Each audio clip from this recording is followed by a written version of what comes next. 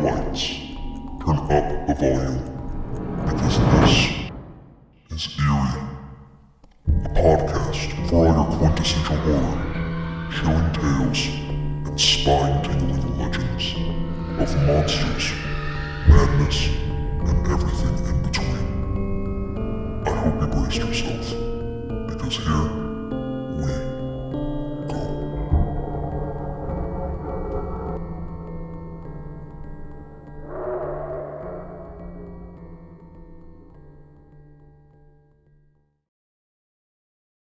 Eerie presents. The monster my family lived with had rules. I was 13 when I learned what happens when you break them. Written by ChristianWallis.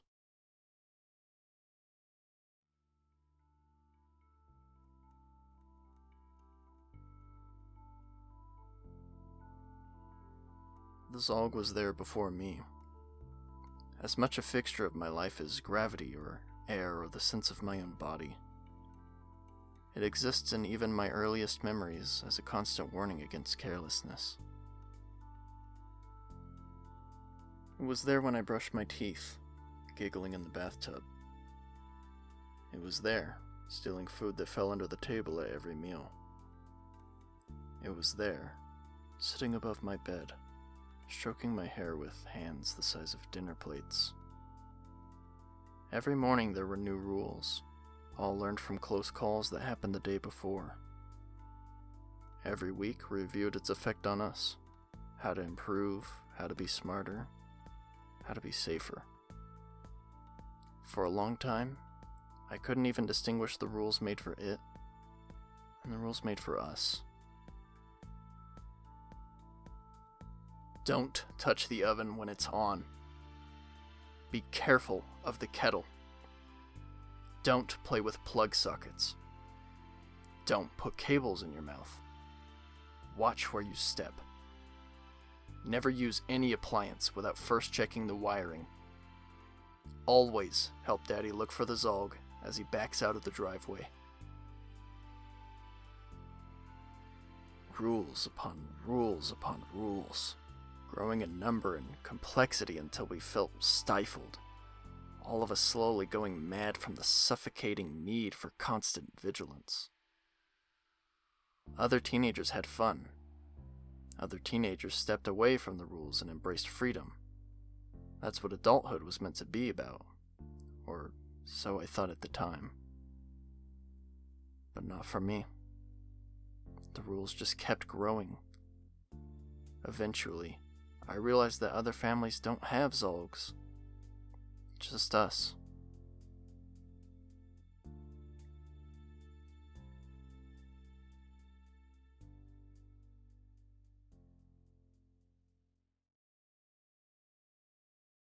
There's only one of him, and whatever inexplicable force brought him into existence saw fit to put him with us. For years, it had never occurred to me to evaluate its presence as anything other than a simple fact of life. But when I saw the madness for what it was, something inside me changed.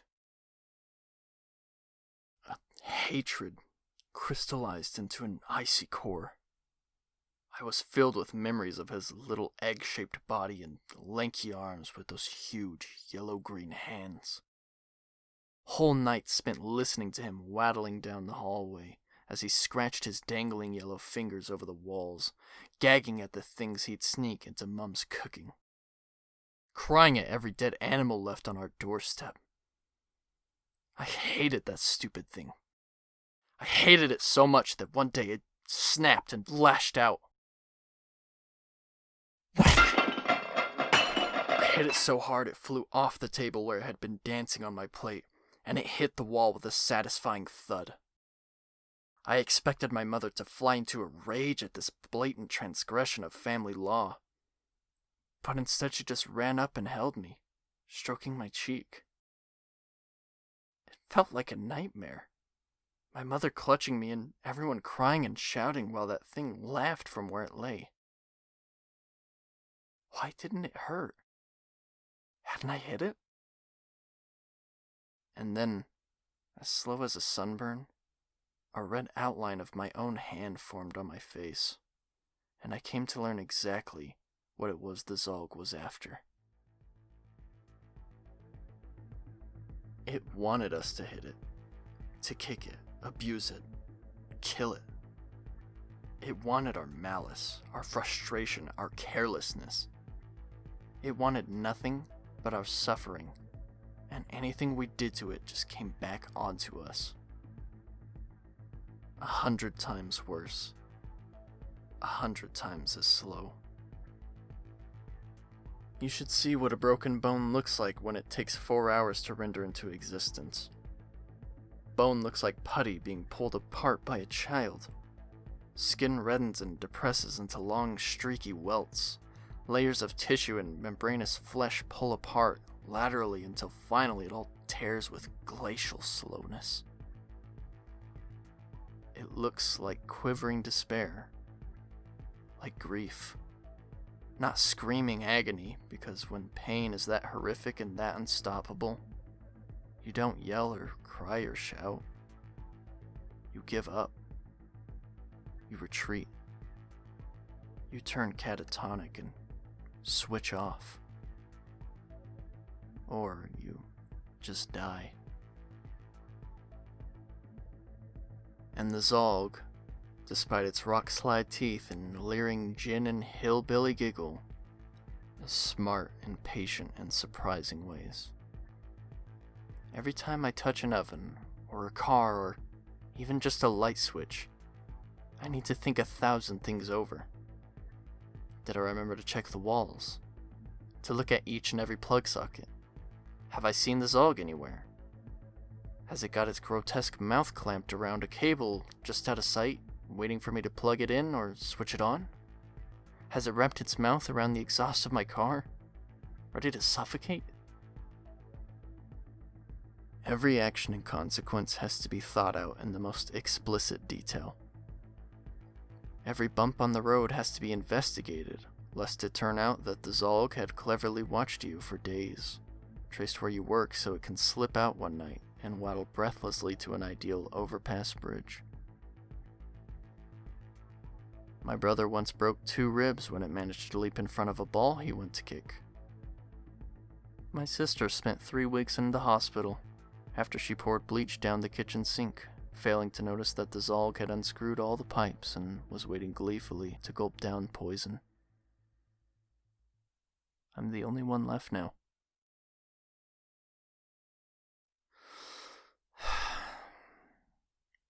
My father was the first to go. Not because he was careless, but because he always took it upon himself to do as much as he could. You couldn't even turn the TV on without him insisting on pressing the button for you. It always felt so controlling, so stifling. But once he was gone, it became pretty clear why he did it. It was never the same without him. Mom tried so hard, but it was never the same. She had her own fears, her own struggles to contend with. I can't really blame her for not being able to do the work of both of them. I remember coming home from school, and they were waiting for us in the living room. My older brother had gotten back before us and was sitting silently at the kitchen table. Tears welled up in his eyes. God, that was the hardest. Dad looked, he almost looked relieved. But seeing my 19-year-old brother cry was like a breeze block to the face. And in that instant, I knew something horrific had happened. They hid him away. I still don't know exactly what happened, but I made a pretty good guess from the state of the lawnmower that Mom dragged out to the curb, and the fact we wouldn't see the Zolg again for at least 8 days. I'd later learned that in moments like that, it will stow away and knit itself back together slowly, which at the very least explains the giggling I heard coming from the linen closet during those horrible, silent nights. Dad never did scream. I'd hazard a guess that he killed himself, and I know I should feel some relief. But I caught a glimpse at his body on the way out, and the thought of those injuries happening to a lifeless corpse just sent shivers down my back.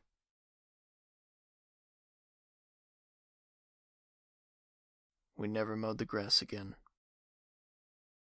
It was a loss too great, and over the next few weeks, Mom deteriorated.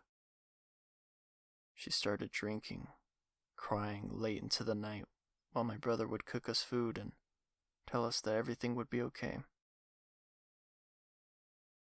But it never would. Never again. She only got worse. She might have had a chance if it was just us. But we couldn't just abandon our vigilance, our paranoia and fear. And we had to carry on as normal. Jesus Christ, we even had to check Dad's coffin before burying it.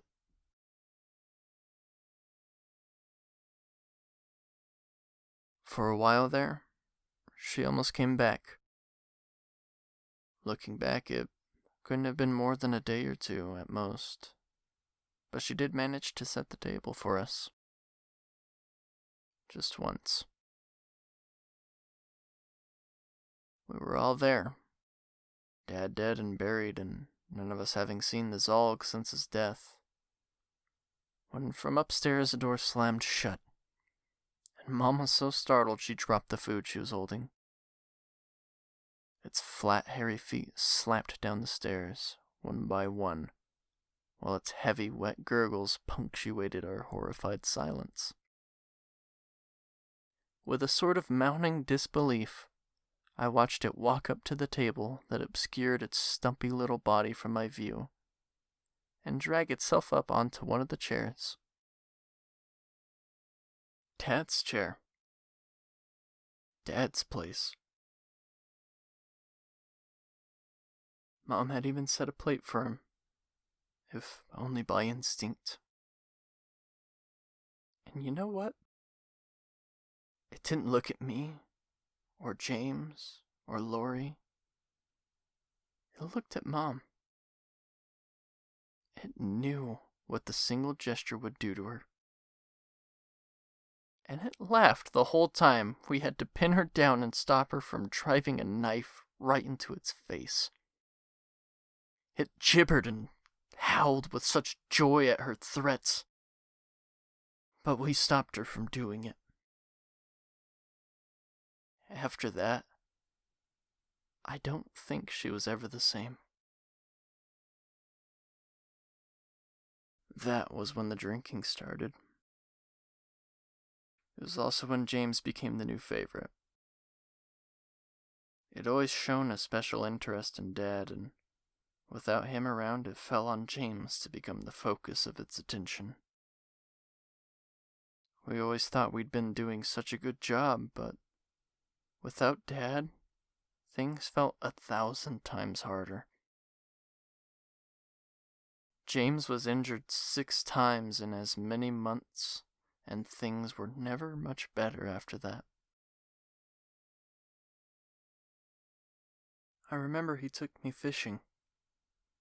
He asked Mom to keep an eye on the Zolg and stop it following us, and we went together, and for a few blissful days, it was just us and no one else.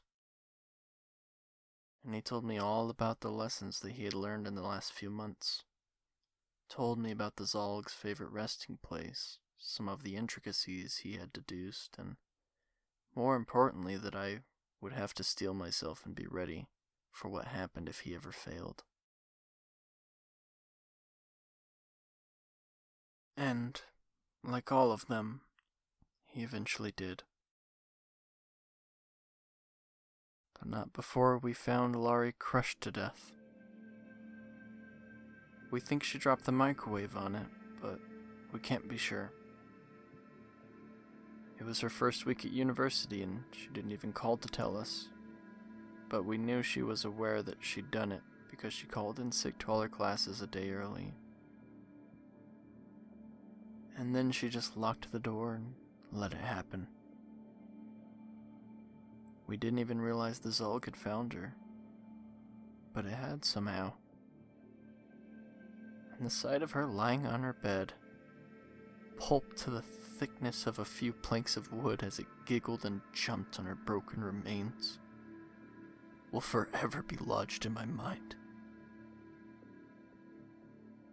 I like to think she found a way of ending it, but I don't know that at all. She could have sought help, something to ease the pain, I'm sure of it. But we don't know for sure. And I have to wonder if she felt it all. Every second of it. She was in there, all alone, for at least a day and a half. James disappeared for a few months after that, and it was just me and Mom. When James finally returned, he stank of booze, and had this haggard look about him, and I couldn't help but wonder what he'd done in that time. "He'll get me," he said. "Sooner or later. I just wanted a taste of what life had to offer. All the good, all the bad." But later, he would confess that he just tried to run away and lost control, heated with the belief he'd escaped the Zolg and downtrodden by the guilt of what he'd done to us. Except the Zolg had followed him. Slowly and carefully and relentlessly, it had followed. You can leave it behind for a while, but it won't be cheated, and somehow it finds its way to you. Even if you're on the other side of the world, it'll get to you, and it'll never take more than a week.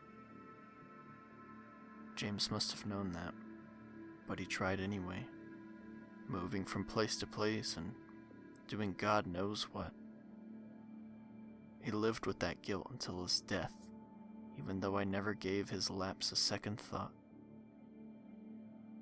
We were all just trying our best.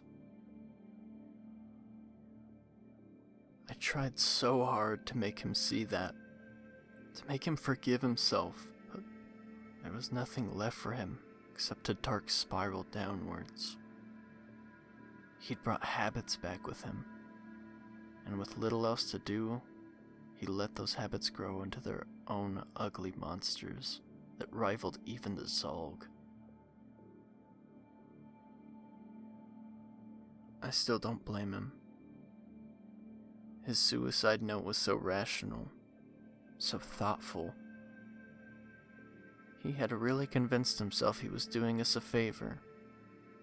But the fact he died by pumping the Zolg full of heroin tells me he had other ideas.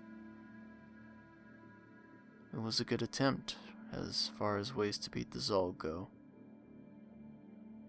And it was with great despair that I first saw his face and realized he hadn't won anything at all.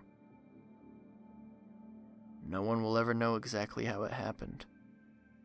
The Zolg, at least, spent 4 days crying in a cupboard, but James died nonetheless, and it didn't look like he died in ecstasy. His eyes were hollow, his skin gaunt and leathery, and his jaw dislocated in a scream so terrible you could fit an open hand into his mouth. However the Zolg had twisted and reinterpreted the poison in its veins, what fell on James looked like a ritualistic murder gone wrong. Like a possessed corpse had gotten trapped in a box and left to rot while the demon within raged and bent its host in terrible spasms. I didn't even tell Mom the details, but I have to guess she knew, even if she was barely present by that point. In her sunken eyes and loose skin, I saw a pale reflection of James, and came to accept that even when the Zolg doesn't get its way, it still doesn't lose. The months that followed were hard. Mom was barely in her 60s, but she was being eaten alive by grief and fear. Towards the end, she wouldn't even leave the bed, too afraid to risk injuring the Zolg.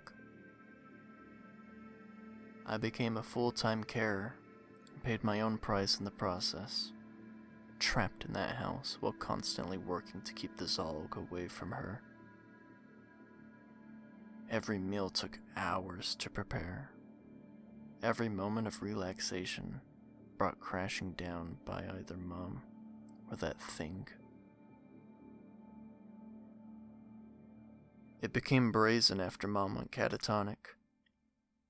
Started throwing things at me, playing with the idea of open attack as it smashed plates or slapped my phone out of my hand. I ignored it for the most part, relegating it to the back of my mind while the stress ate away at me like a cancer. There simply was no other choice, or at least so I thought. I used to sit and watch it stare at Mom. Sometimes I'd venture to try and push my buttons, using her as a prop, but I simply ignored it until it finally gave in and just savored her slow and agonizing death.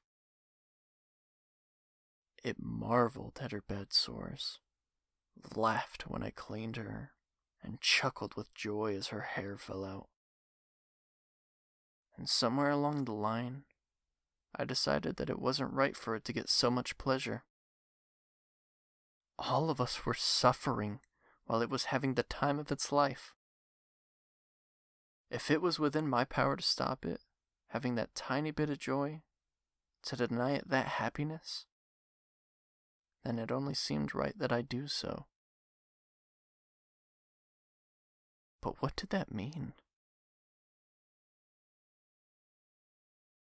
I think I knew the very first day I realized how happy her pain made it. I just didn't want to face up to the fact, so I pretended otherwise. But some things can't be buried. They linger in the back of your mind like a guilty pleasure. And no matter how much you tell yourself you won't do it, that it's a line too far to be crossed, deep down, you always appreciate that you can cross it. If you need to. If you want to. When did I first want to? I'd say, with complete honesty, that it was when I had to carry her to a bath, and I stubbed my toe on the bedpost. They say you should fear the man who delays reaching out to take something they want. But I didn't wait very long at all after that moment. I was quiet, calm, effortless. No conflict or worry was worn on my face. I merely took a deep breath, took her to the bathroom, and drowned her.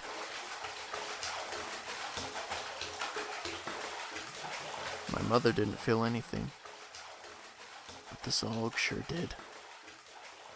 For the first time in its life, it directly attacked me, scuttling down the hall to come skidding around the bathroom door and then leap at me with fists flailing. But that fat, hairy little egg didn't have it in it to stop me, and it yowled and cried and wept and clawed at my exposed legs as I bent down and drowned my mother in the tub. It practically tore my calves to shreds, but I didn't care. Not one bit. And oh, how the irony rolled in, because right before my eyes, its own legs began to bleed and wilt, and the panic in its eyes betrayed the subtle inversion of rules we'd never figured out. Until then. When it was over, I didn't know what scratches were from her trying to escape and which were from it. and I slumped to the side and laughed at the absurdity of it all. The little bastard was hunched over and vomiting a greasy mixture of hair and bile, and its wretched, jaundiced eyes wept tears of pus. And I just kept laughing at it, like it had always laughed at me. I even imitated it, holding my hands over my stomach and fake sobbing, just like it did to us at Dad's funeral. And then I wheezed with joyous giggles when it ran out of the room cursing at me in its weird language. Whatever force binds it, that kind of murder messes with it in unpleasant ways. And with that leverage, nothing was ever quite the same for it. It spent weeks weeping in the attic, but I found it and dragged it out into the light and watched it wither and struggle. I am quite sure it would have died if I'd followed it up with another kill, and then another. But there's only me left, and I can do nothing except savor the quiet victory of causing it such longing despair. It still stuck around, of course. If anything, it's more determined now than ever. But I don't think it'll get me. It's also growing older. God knows what their lifespan is. I've found maybe 2 written references to them in my entire life, so it's not like I can just check Wikipedia for an update. But it is getting older, thinner, closer to the grave. It's just a thing, after all.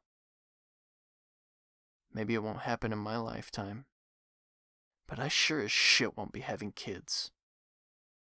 And I look forward to the thought of that stupid thing left old and alone in this world. It'd probably spend its remaining days dancing on our graves. But joke's on it. Because we'd be free, and it'd still be down on Earth, playing its stupid game against players who have all left the table. Unless, of course, it just goes and finds another family. In which case, well, now you know how to kill it.